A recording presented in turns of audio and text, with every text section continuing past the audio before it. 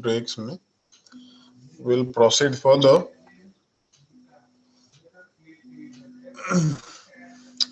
आज मेनली आते हैं ब्लॉक ब्रेक्स पे। बैंड ब्रेक्स तो मैंने आपको बताया था कि ये इंडस्ट्रियल्स हैं, मतलब ब्लॉक ब्रेक्स भी जहां देखेंगे, ब्लॉक ब्रेक एक्चुअली दो टाइप के हैं, आपको दिख जाएगा इसमें। मैं फुल स्क्रीन करता हूँ। ब्लॉक ब्रेक एक्चुअली दो टाइप्स के होते हैं। एक आपके दो कैटेगरी, एक हो गया आपका एक्सटर्नल ब्लॉक ब्रेक और दूसरा हो गया आपका internal block break.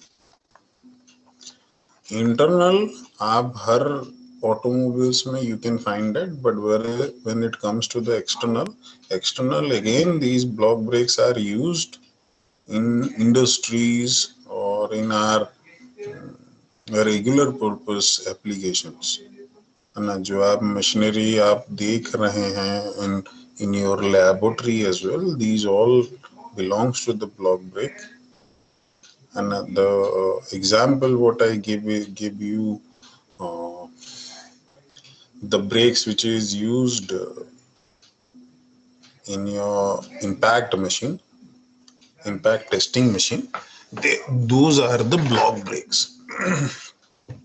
Okay, so if it is the brake we are actually considering, now this is the external block brake, first category, and with the external as well, this belongs to the short shoe, just like the brake shoes are there which you are acquainted, आप लोगों ने देखा भी होगा।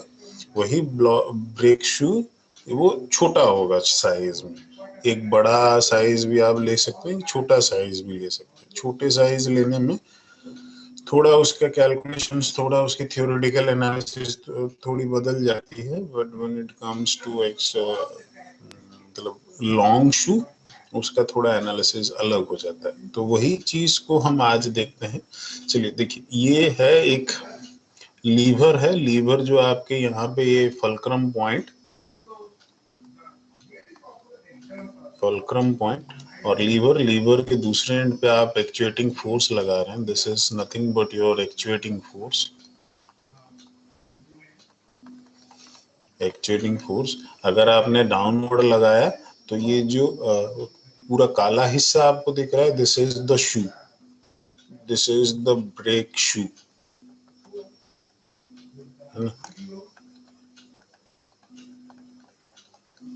Sorry,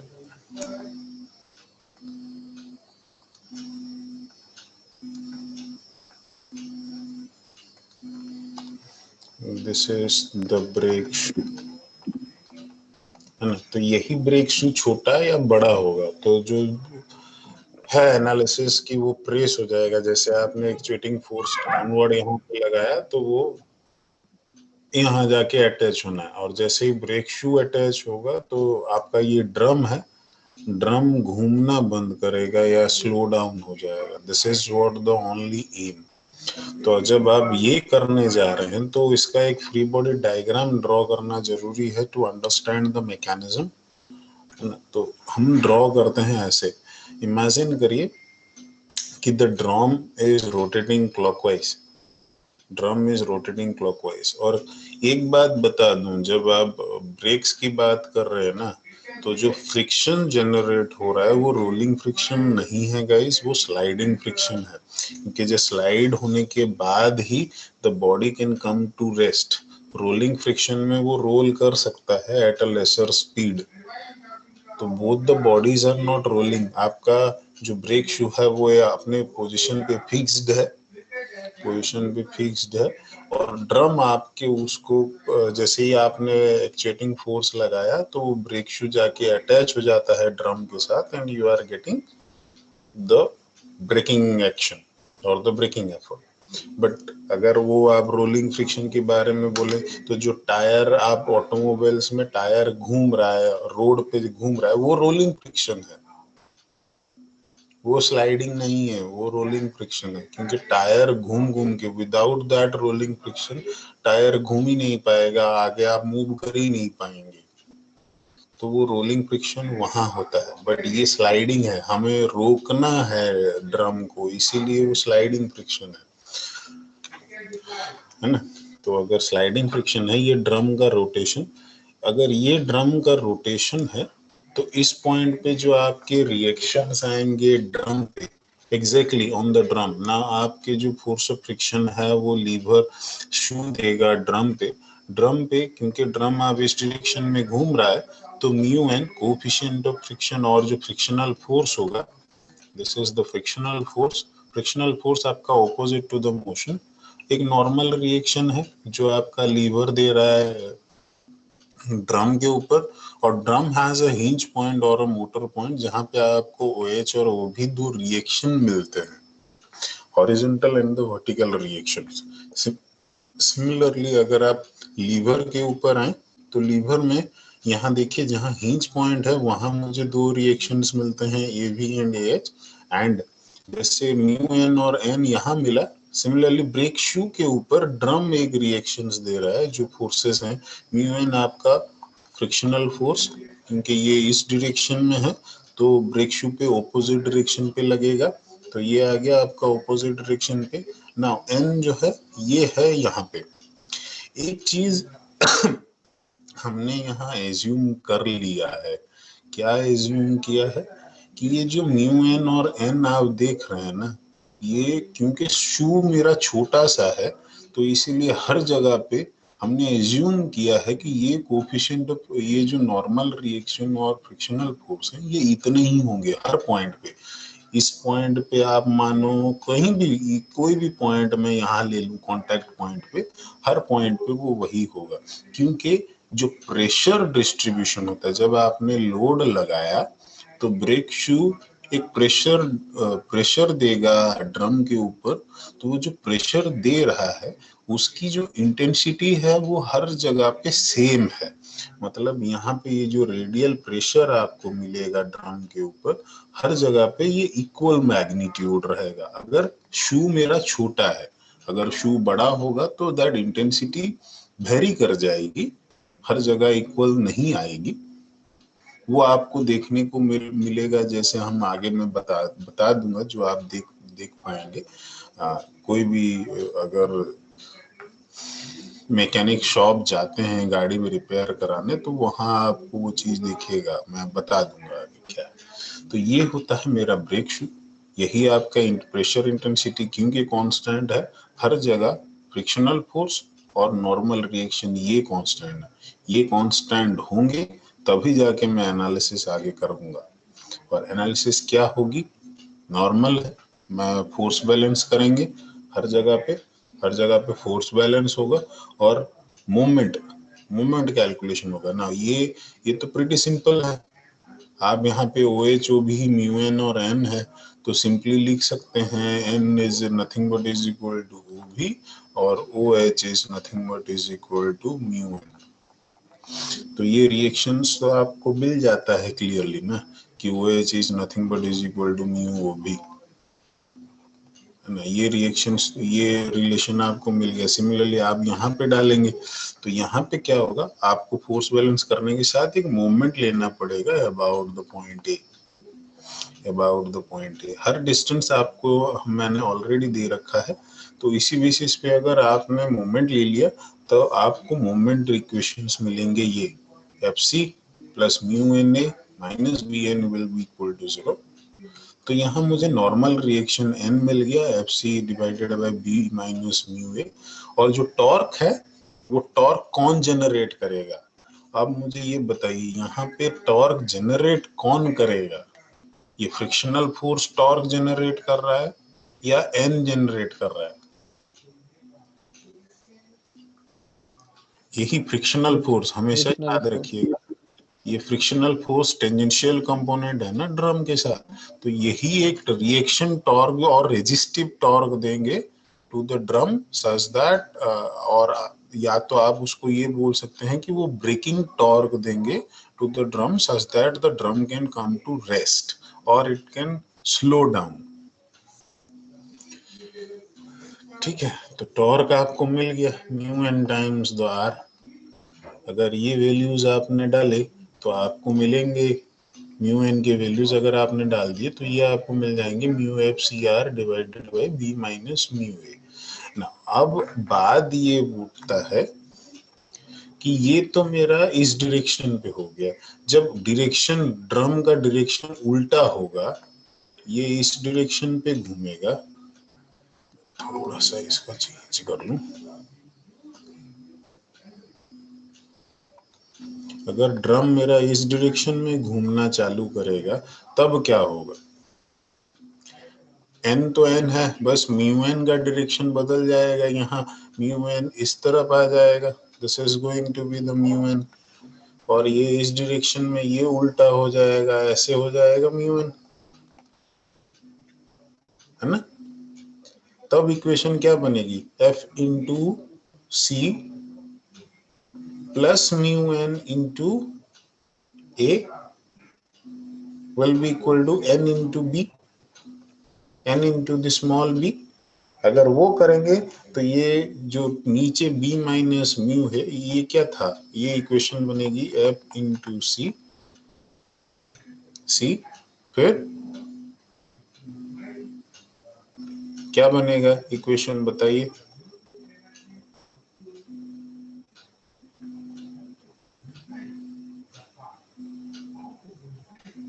direction बदल जाएगा ना, दो रिएक्शंस होंगे, mu N times the A plus B N will be equal to 0।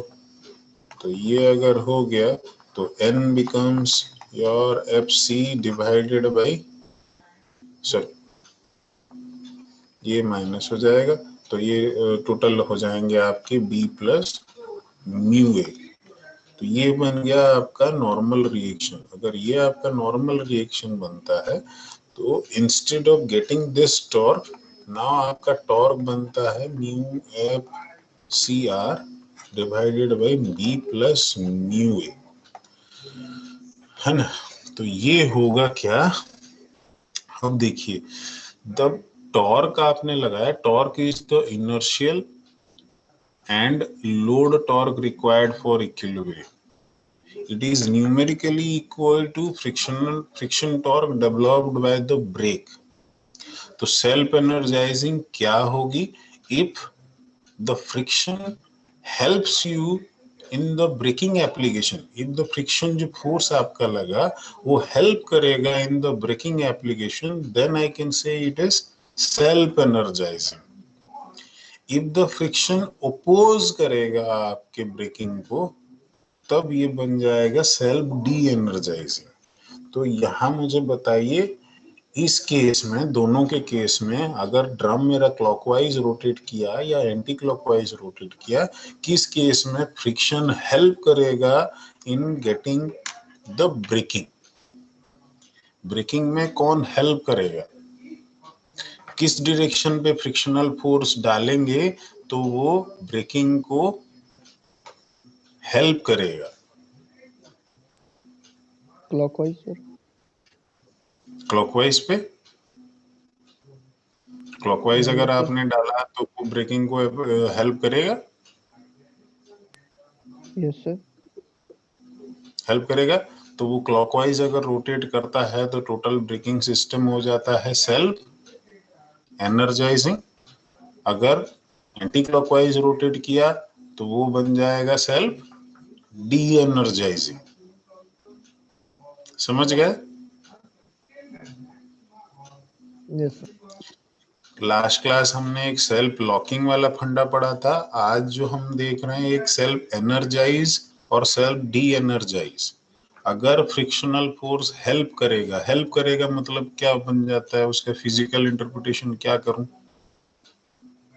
कि आपने फोर्स लगाया बट फ्रिक्शनल फोर्स के कारण वो टॉर्क थोड़ा सा ज्यादा पड़ेगा, सही ना, टॉर्क का अमाउंट ज्यादा हो जाएगा, तब जाके वो मैक्सिमम होगा। और वो सेल्फ एनर्जाइजिंग डी एनर्जाइजिंग आप कैसे निकालते हो, यहां से क्या होगा मुझे बताइए, ये b माइनस म्यू है और b प्लस म्यू है, b माइनस म्यू ए अगर हुआ तो व्हाट, अगर ये न्यूमरेटर यहाँ पे जो है और यहाँ पे जो है, इन दोनों में अगर ए और बी का वैल्यू सेम है, म्यू का वैल्यू सेम है, तो किस केस में ज्यादा मिलेगा आपको? डिनोमिनेटर में कौन सा ज्यादा है, ये ज्यादा है या ये नीचे वाला? प्लस वाला ज्यादा है। प्लस वाला ज्यादा है। अगर ये कम हुआ तो ऑटोमेटिकली मेरा टॉर्क बढ़ जाता है ना। Yes sir. टॉर्क बढ़ जाता है, मतलब आपने सेम फोर्स लगाया, बट बिकॉज ऑफ फ्रिक्शन यहाँ टॉर्क बढ़ गया, तो ब्रेकिंग टॉर्क जो आपको मिल रहा है वो ज्यादा मिल जाता है। बट यहाँ इस केस में क्या होता है कि टॉर्क मेरा घट जाता है, सेम फोर्स पे टॉर्क मेरा घट जाता है, रिड्यूस कर जाता है। इसीलिए ये बनता है सेल्फ डी एनर्जाइजिंग, और ये हो जाता है आपका सेल्फ एनर्जाइजिंग, क्योंकि यहाँ फ्रिक्शन ने हेल्प किया, फ्रिक्शनल फोर्स हेल्प करता है to get the braking effort. समझ गए?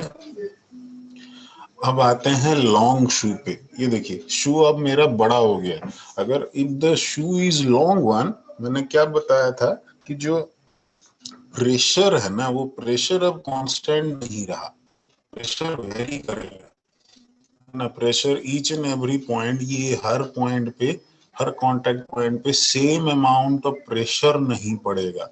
अगर प्रेशर वेरी किया तो ये जो हर हर जगह पे मैं वो फोर्स ऑफ फ्रिक्शन और नॉर्मल रिएक्शन का वैल्यू सेम नहीं लिख सकता, दोनों अलग अलग हो जाएंगे हर एंगुलर पोजीशन पे। अगर थीटा आपका वेरिएशन बता रहे हैं, ईच एंड एवरी थीटा, देखो थीटा वेरी करता है -θ1 to θ2, θ1 to θ2, है ना। और ये लगभग 90 या मोर देन 90 डिग्रीज पे रहते हैं, 90, 120, 135 डिग्री, उस रेंज पे रहते हैं। θ2 - θ1 अगर मैं बात कर रहा हूँ, θ2 - θ1 ये हमेशा मोर देन आपके रहते हैं। ये 80 डिग्री से शुरू होके, ये रेंज अगर मैं बता रहा हूँ, θ2 - θ1 का रेंज 80 से शुरू होके वो 140-45 डिग्री तक आपको ये देखने को मिलेगा। बट जहां आप शॉर्ट शू बता रहे हैं, ये θ2 - θ1, if θ2 - θ1 is less than 45 degree, तो ये बन जाता है आपका शॉर्ट शू। ठीक है,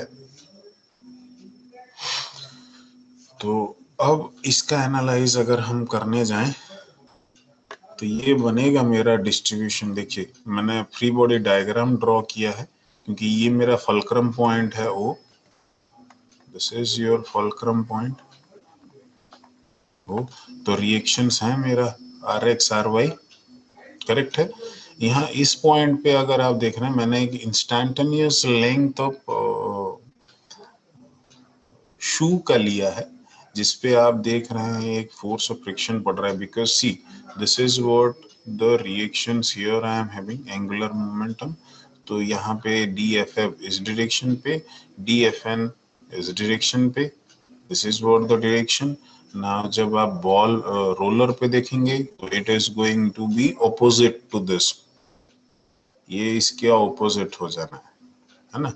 तो ये ऑपोजिट हो गया ना। बात ये है कि मैंने क्या बताया था, तो प्रेशर इंटेंसिटी जो आपकी है वो इक्वल नहीं रहेगी। तो यहाँ एक एजम्पशंस है कि द ड्रम अगर कांस्टेंट वेलोसिटी पे मूव कर रहा है, रोटेट कर रहा है, तो नॉर्मल वियर जो उसका ब्रेक शू का नॉर्मल वियर है, वियर आपके इंक्लाइंड हो सकते हैं, रेडियल हो सकते हैं, but I am talking about the normal wear.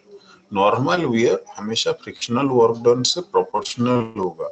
मतलब जो वियर है, वियर अगर आप बात करेंगे, wear is proportional to PV. PV ये है आपका PV, P is your pressure, P is the pressure, pressure intensity, V is the velocity, है ना। सो विद दैट आपको मिलेगा एक वर्क डन। तो प्रेशर इंटेंसिटी अगर यही रिलेशन आप बिठाएंगे, देन आपको मिलेगा P is proportional to sin theta. Theta ये जो एंगुलर पोजीशन है थीटा, उसी पे बात कर रहा हूँ। P is proportional to sin theta. Sine theta जैसे जैसे आपका थीटा ज्यादा होगा, क्या होगा, थीटा 90 डिग्री पे। आप देखिए अगर थीटा 90 डिग्री पे होगा तो इसी पोजीशन पे आपका मैक्सिमम प्रेशर जो डेवलप होगा, आपने प्रेशर इसी डायरेक्शन पे लगाया ना, डाउनवर्ड लगाया, तो सेंटर पे मैक्सिमम होगा, ठीक। फिर इस डायरेक्शन पे घटेगा, इसी डायरेक्शन पे भी घटेगा, बट बीच में हमेशा वो मैक्सिमम होगा प्रेशर। तो अगर बीच में मैक्सिमम है तो इसीलिए हम P is proportional to sine theta बोलते हैं ना। ये यही देखिए, यही है। तो उसी रिलेशन पे मैं डालता हूँ P by sine theta equal to maximum pressure upon sine theta max, and theta max का मैक्सिमम कितना है, at theta equal to 90 degree. अगर ये थीटा इक्वल टू 90 डिग्री पे ही होगा P मैक्स, ओके। तो अब चलिए उसी एलिमेंटल स्ट्रिप पे बात करें जहां हमने ये कैलकुलेशन किया था। अगर इसी एलिमेंटल स्ट्रिप पे करूं तो बस मुझे मोमेंट कैलकुलेशन करना है, फोर्स बैलेंस करना है। इजी है, डिफिकल्ट तो है नहीं, है ना। तो मोमेंट कैलकुलेशन करेंगे about the point O, about the point O। देखिए यहाँ पे ना हर चीज का डिस्टेंस मैंने परपेंडिकुलर डिस्टेंस दे रखा है, परपेंडिकुलर डिस्टेंस दे दिया है। तो अगर परपेंडिकुलर डिस्टेंस दे रखा है तो आपको मिल सकता है the moment about the point O, जैसे F A into A plus D F F into R minus B cos theta will be equal to D F N into B cos theta. अगर यही लगाएंगे तो आपको मिल जाएगा, but dn अगर आप देख रहे हैं dn होगा क्या, dn is nothing but is equal to p into R D theta. किस पे पड़ रहा है, प्रेशर आपके पास है ना। यहाँ पे अगर आप देख रहे हैं ये एलिमेंटल स्ट्रिप है, तो यहाँ पे इसी डायरेक्शन पे आपका प्रेशर इंटेंसिटी अगर p इस डायरेक्शन पे है, वो किस एरिया पे पड़ रहा है। अगर प्रेशर इसी एरिया पे पड़ रहा है तो P is going to be, कौन सा है ये एरिया मुझे बताइए, किस एरिया पे ये प्रेशर पड़ रहा है।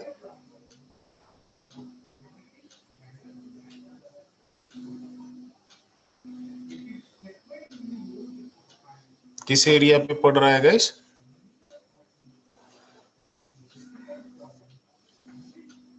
ये एरिया क्या है, ये एलिमेंटल स्ट्रिप का एरिया क्या है, किस एरिया पे पड़ रहा है, आर थीटा है ना, आर का है आर डी थीटा, ये हो गया दिस लेंथ, और जो टोटल आपका एक्रॉस विड्थ होगा तो are D theta into,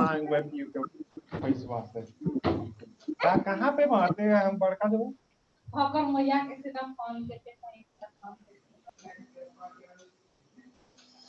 R D theta into width है ना, R D theta into width. तो ये हो जाएगा आपका टोटल एरिया जिसपे प्रेशर एक्ट कर रहा है। तो वही मैं लिखता हूँ dn will be equal to P R D theta into W. तो फ्रिक्शनल फोर्स क्या हो जाएगा, म्यू dn, तो mu times P R D theta into W. अब आपने मोमेंट कैलकुलेशन करेंगे, moment due to the frictional force, moment due to the frictional force about the fulcrum कितना है,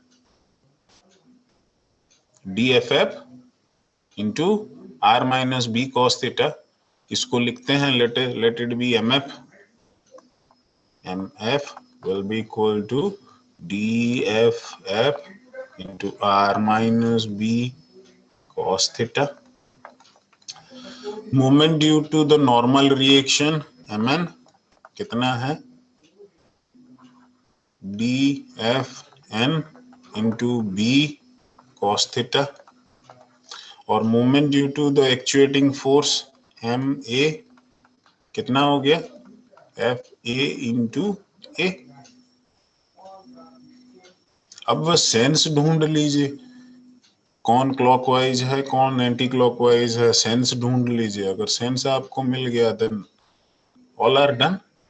अगर इसी केस में हम लोग कैलकुलेट करें तो यही है, D A F F minus M N plus M F will be equal to 0। M N तो हमने देख लिया कितना उसको निकालना है, तो यही एम एन है मेरा, P R D theta W into B sine theta, है ना। तो ये इंटीग्रेट होगा फ्रॉम थीटा 1 टू थीटा 2, ये मुझे मिल जाएगा आपको इक्वेशन। अगर मैंने थीटा 1 टू थीटा 2 से इंटीग्रेट किया तो ये मुझे इक्वेशन मिलेंगे। इक्वेशन mn मिल गया, फिर मैं mf निकालूंगा तो mf भी वही है r minus B cos theta. तो इसको इंटीग्रेट करना है from theta 1 to theta 2 because that is the angular position of shoe. तो यहाँ ये मुझे मिलता है mff, ठीक ना। तो फिर fa क्या हो जाएगा, fa आपका डिपेंडिंग अपॉन द रोटेशन, अगर रोटेशन आपका क्लॉकवाइज है तो ये माइनस बन जाएगा, एंटी क्लॉकवाइज होगा तो ये प्लस हो जाएगा। रोटेशन ऑफ ड्रम, हाँ, depending upon the rotation of the drum. तो mn plus minus sorry minus plus mff upon a, यही इक्वेशन जनरेट होता है। यही इक्वेशन अगर आपको जनरेट करना है तो ये होगा क्या। अब मुझे बताइए, अगर माइनस साइन है तो क्या होता है, माइनस साइन क्या होगा, self energising sir. Self energising. अगर प्लस हो गया तो वो D energising, self D energising, है ना। वो टॉर्क के पॉइंट ऑफ व्यू से आपको मिलेगा, तो टॉर्क आप निकाल सकते हैं। लॉकिंग करेक्ट है, अगेन सेल्फ लॉकिंग। अगर ये प्लस हुआ तो क्या होगा, अगर आप सोचिए mn mf आपका ज्यादा होगा, अगर movement due to the force of friction is more than the movement due to the normal reaction, तो क्या हो जाएगा, सेल्फ एनर्जाइजिंग के केस में ये क्या होगा, माइनस होगा ना। माइनस में अगर ये बड़ा हो गया then only I am getting the self locking. आपने फोर्स कुछ लगाया नहीं, वो ऑलरेडी ब्रेक लग गया। तो सेल्फ एनर्जाइजिंग मैं वापस से बता रहा हूँ, सेल्फ एनर्जाइजिंग में क्या होता है, आप एफ ए बताते हैं mn minus M F F upon A, और इसी इक्वेशन में अगर M F F is more than mn तो क्या होगा, आपने फोर्स कुछ लगाएंगे भी नहीं, जीरो लगाएंगे, और यहाँ ऑलरेडी ब्रेक लग गया, ब्रेक लग गया, लग गया ना। तो अगर ब्रेक लग गया तब ये सिर्फ आपको सेल्फ एनर्जाइजिंग में मिलेगा या सेल्फ डी एनर्जाइजिंग में पॉसिबल है सेल्फ लॉकिंग का, इक्वेशन देख के बताइए। इक्वेशन देख के क्या लग रहा है, सेल्फ एनर्जाइजिंग में अगर सेल्फ लॉकिंग होता है, सेल्फ डी एनर्जाइजिंग में सेल्फ लॉकिंग होगा, हो सकता है नो सर। क्योंकि प्लस साइन है, प्लस साइन है ना सेल्फ डी एनर्जाइजिंग। तो सेल्फ डी एनर्जाइजिंग में एक बात तो क्लियर हो गई कि वो सेल्फ लॉक हो ही नहीं सकता, सेल्फ लॉकिंग वाला फंडा ही हमने उसको उड़ा दिया है। तो एक ही चीज है, सेल्फ एनर्जाइज होना अच्छी बात है, बट उसके साथ वो एक सेल्फ लॉकिंग के चांसेस को भी ले आता है। सेल्फ डी एनर्जाइजिंग में आपने कम फोर्स लगाया, जितना ज्यादा फोर्स लगाएंगे तब जाके मुझे वो ब्रेकिंग एफर्ट मिलेगा। कौन सा आपको डिजायरेबल है, सेल्फ एनर्जाइजिंग या self D energising? Self D energising. नहीं, सेल्फ एनर्जाइजिंग। आप फोर्स कम लगाएंगे और ब्रेकिंग लगना चाहिए। क्या बोला था, फोर्स ऑफ फ्रिक्शन आपके ब्रेकिंग एफर्ट को हेल्प करेगा। एज ए यूजर आप बहुत ज्यादा जोर से आप पैडल मारेंगे वो अच्छा है कि कम पैडल मारेंगे और मतलब पैडल कम दबाएंगे और वो ब्रेक लग जाए वो अच्छा है?